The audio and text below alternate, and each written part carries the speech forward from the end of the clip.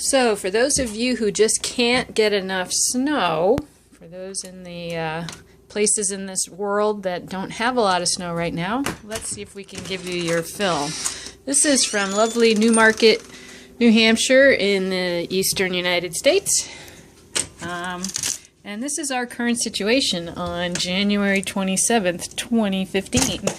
So we're in a nice, lovely winter wonderland. There we have vehicles, lots of white stuff floating around here. As you can see, quite a lot of good stuff going on. So, let's see if we can get a little more perspective going on. Here are some nice snowdrifts. There it is up against the house.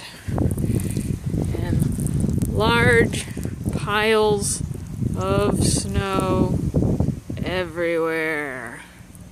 Yes, we have a little bit of snow.